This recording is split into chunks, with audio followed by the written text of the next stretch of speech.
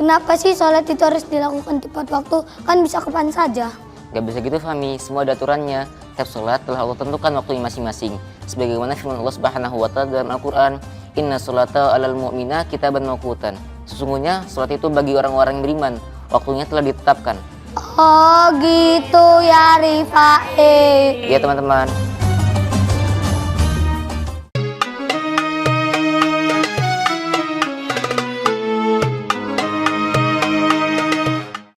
Assalamualaikum warahmatullahi wabarakatuh. Alhamdulillahirabbil alamin.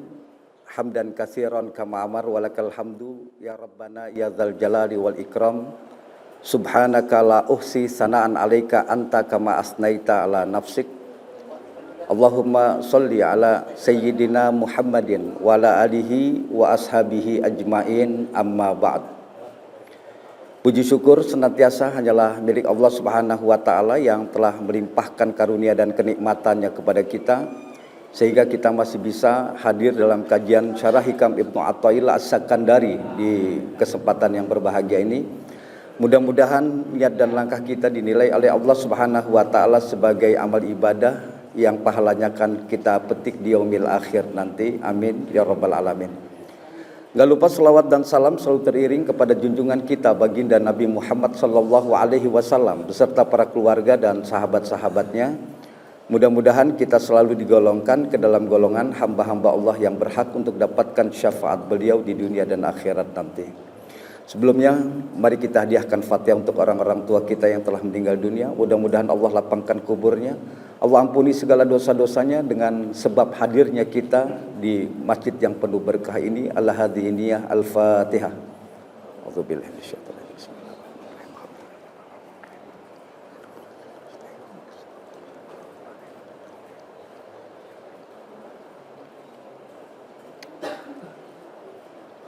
Bapak dan Ibu, para pemirsa Metro TV dimanapun Anda berada, pada malam ini kita masuk di kajian berikutnya dari kitab Syarah Hikam Ibnu Athaillah As-Sakandari, Al-Hikmatut Taliyah, Arih nafsaka minat tadbiri, fama qama bihi ghairuka anka la takum bihi di nafsika.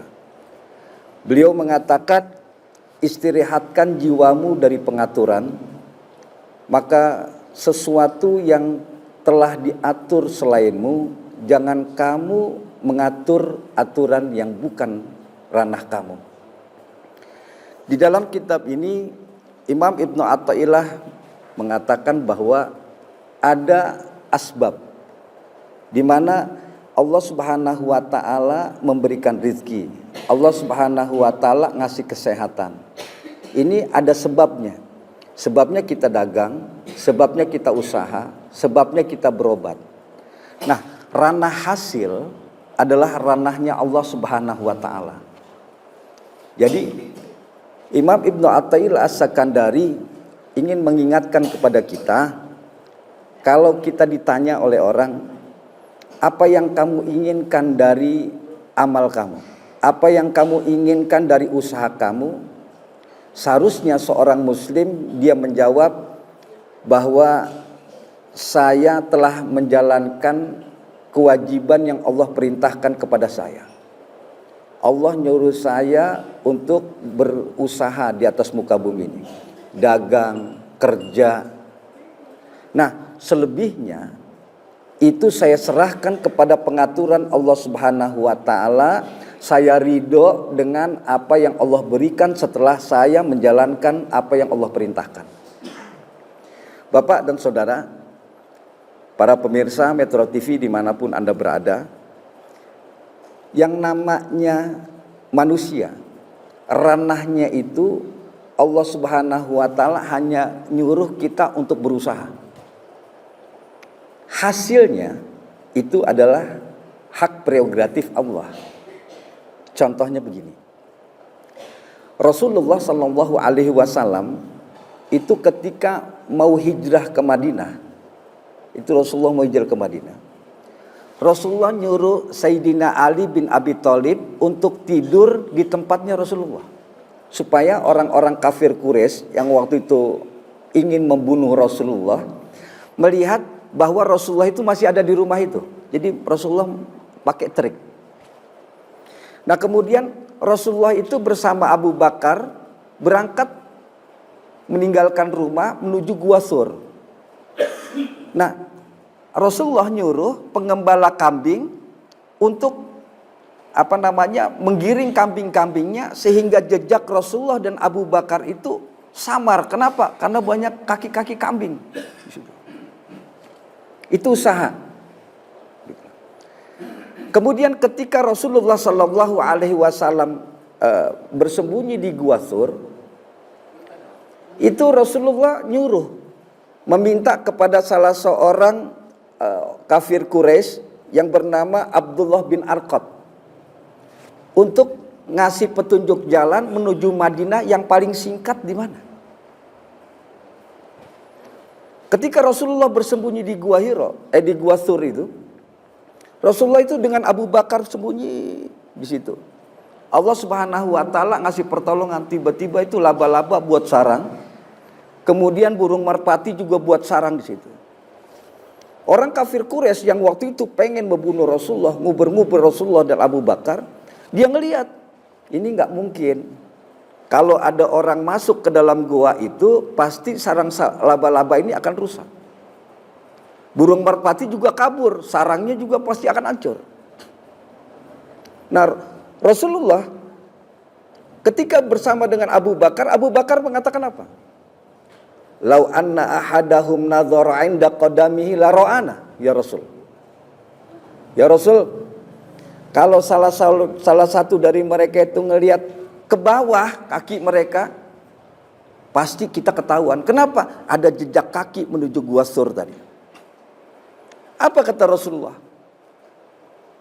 Mazannaka bi isnaini Allahu salisuhuma. Apa kamu duga kita cuma berdua? Ada Allah yang ketiga. Sampai ketika meninggalkan Gua Sur menuju ke Madinah, ketemu lagi Rasulullah dengan Suraqah yang memang dibayar oleh orang kafir Quraisy untuk membunuh Rasulullah. Abu Bakar sempat nengok ke belakang, tapi Rasulullah tetap jalan aja. Jalan, nggak nengok ke belakang. Padahal Suraqah itu udah bawa pedang. Tapi Rasulullah itu terus. Artinya di sini, Rasulullah berinteraksi dengan asbab. Dia hanya usaha. Urusan hasil keselamatan itu adalah urusan Allah Subhanahu wa taala. Rasulullah cuma berusaha aja. Ini caranya begini. Urusan hasil, urusan keselamatan itu urusan Allah Subhanahu wa taala. Kira-kira begitu. Maka kayak kita misalnya begini, Pak. Kita dagang nih. Ada seorang pedagang, dagang aja. Dagang. Jangan masuk ke ranah hasil. Kalau kita masuk ke ranah hasil, ranah itu bukan ranah kita, ranah Allah. Kalau kita masuk ke ranah itu, nggak nyampe. Kita dagang ini sekian, nanti untungnya akan sekian, untungnya akan sekian. Nggak nyampe. Ini pernah terjadi kalau kita ngelihat. Saya pernah ngelihat di satu tempat di Jakarta itu. Dekat Masjid Sunda Kelapa itu. Ada orang, Pak, cuman jualan kabel-kabel HP sama charger yang sudah bekas. Deketin, Bapak punya anak berapa? Punya anak 4, Ustaz. Sekolah semua, sekolah. Bagaimana orang bisa menyekolahkan anak, menghidupi keluarganya, dagang charger bekas, kabel-kabel bekas yang tahu hidup tahu enggak. Tapi apa? Ranah manusia hanya ranah usaha. Hasil itu ranahnya Allah. Kadang-kadang kita juga kan begitu.